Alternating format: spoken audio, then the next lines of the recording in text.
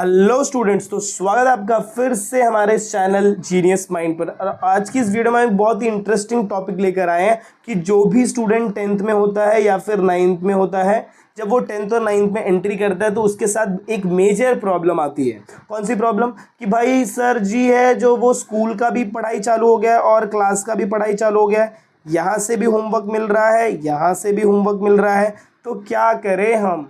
School का cover करें कि क्लास का कवर करें? तो यही सारे इन दोनों पैटर्न के बीच में जो भी कंफ्यूजन है, इसी कंफ्यूजन को आज की इस वीडियो में हम क्या करेंगे भाई, तो दूर करेंगे ताकि आपकी 10th की जो प्रिपरेशन है वो बहुत अच्छी हो सके। तो चलिए स्टार्ट करते हैं वीडियो के साथ। आर यू कंफ्यूज्ड कि हम स्कूल का पढ़ें या फिर 10th का पढ़ें? तो ये वीडियो किसके लिए है? ये वीडियो सिर्फ और सिर्फ आपके लिए है। यहाँ पर हम डिस्कशन करेंगे कि स्कूल ज़्यादा इंपॉर्टेंट है या फिर आपकी पढ़ाई, मतलब आप क्लास जा रहे हैं वो इंपॉर्टेंट है या फिर आप ऑनलाइन क्लास ले रहे हैं वो इंपॉर्टेंट है। और ये जो कन्फ्यूजन वर्ड है ना, ये आपकी डिक्शनरी से गायब हो जाए।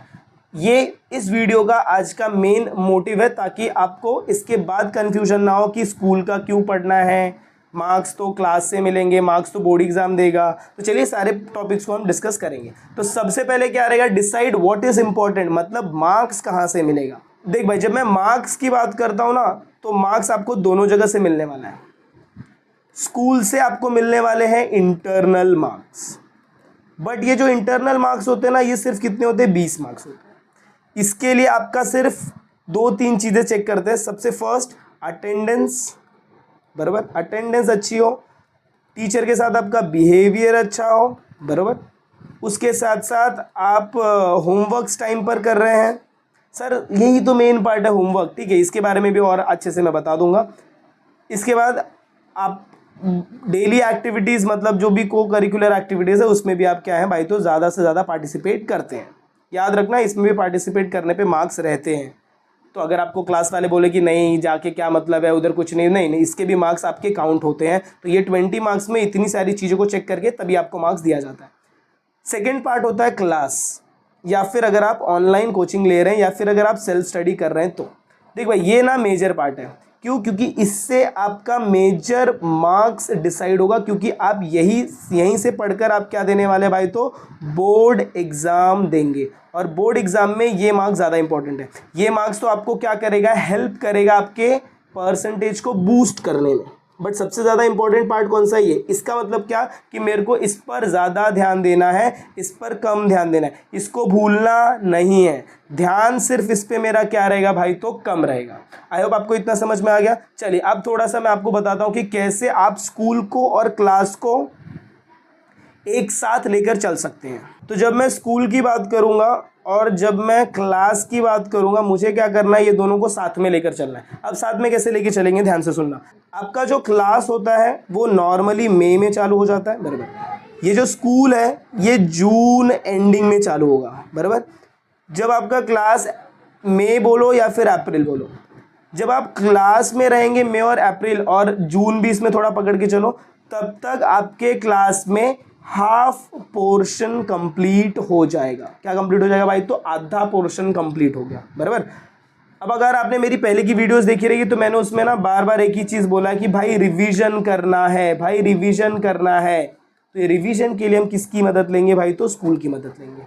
अब कैसे मदद लेंगे स्कूल की? देखो, आपने जो भी पोर्शन यहाँ पर पढ़ा है वही पोर्शन ये स्कूल वाले वापस आपको पढ़ाएंगे। इसी पोर्शन का वो वापस आपको क्या करेंगे, होमवर्क देंगे, और इसी पोर्शन का वो वापस क्या करेंगे, टेस्ट लेंगे। बट ये सारी चीज़ें तो आपने पहले कर ली है ना, तो क्या आपको यही चीज़ों को वापस करना है? नहीं। अब इसमें आपको सिर्फ बैठकर सुनना है और ये चेक करना है कि कौन से टॉपिक आपको अच्छे से नहीं समझे। इसका मतलब क्या रहेगा कि आप जब स्कूल में जाएंगे, स्कूल में आपको जो भी पढ़ाया जा रहा है उसको आपको अच्छे से ध्यान देना है। क्यों? क्योंकि ये आपका क्या हो जाएगा, सेकेंड टाइम रिविजन होगा।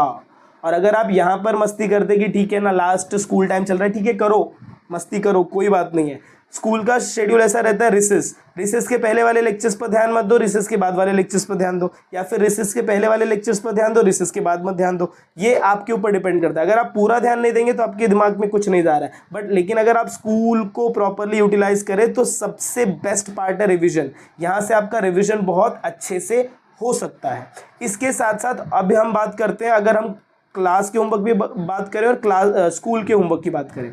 तो जब मैं होमवर्क्स की बात करता हूं तो ध्यान से सुनना, स्कूल से जो होमवर्क मिलता है that is your benefit. Again school से जो होमवर्क मिल रहा है ट्राई करो कि अगर मैथ्स के क्वेश्चंस है तो उसे आप बिना देखे सॉल्व कर रहे हैं। अगर आप स्कूल की बुक्स कंप्लीट कर रहे हैं, स्कूल की ये मेजर पार्ट रहता है ना बुक्स, क्योंकि मार्क्स इसी से मिलने वाला है, स्कूल की बुक्स कंप्लीट कर रहे हैं तो उसी टाइम पर आपका लर्निंग भी हो जा रहा है। अगर आप साइंस का बैक क्वेश्चंस कंप्लीट कर रहे हैं तो जब आप बुक कंप्लीट करेंगे तो ऐसे ही बिना देखे मत करो कि हाँ ठीक है लिखने के लिए सिर्फ लिख रहे हैं, उसको पढ़ पढ़ के लिखो ताकि आपका वहां पर एक बार तो रिवीजन कम से कम हो जाए। उसके साथ साथ अगर आप लैंग्वेज की बुक्स को कंप्लीट कर रहे हैं तो यहाँ पर प्लीज़ ग्रामर वाले पार्ट पर ज़्यादा फोकस करो और उसके साथ साथ राइटिंग स्किल, क्योंकि आप यहाँ पर दोनों चीज़ें लिखने वाले हैं, बराबर।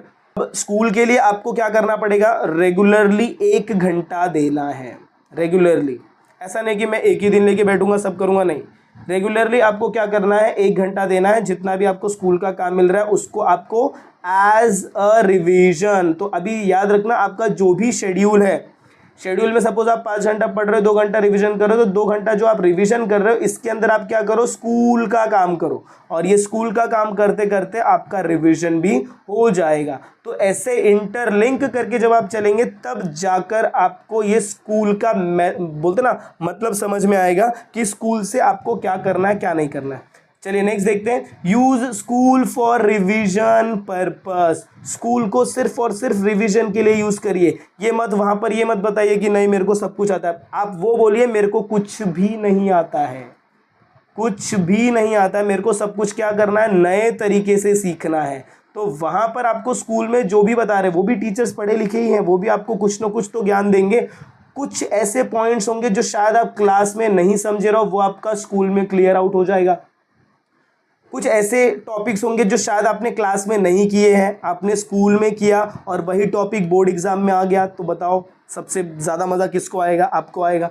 तो एवरी टाइम ये स्कूल जो है ना, इसको बहाना नहीं बनाना है कि नहीं मेरे को स्कूल का इतना सारा होमवर्क है, नहीं, 1 घंटा रेगुलरली डोनेट करो, अपने आप आपको स्कूल का होमवर्क भी कंप्लीट हो जाएगा, बुक चेक भी हो जाएगी, और इसी होमवर्क को करते करते आपका क्या हो जाएगा भाई, तो रिवीजन।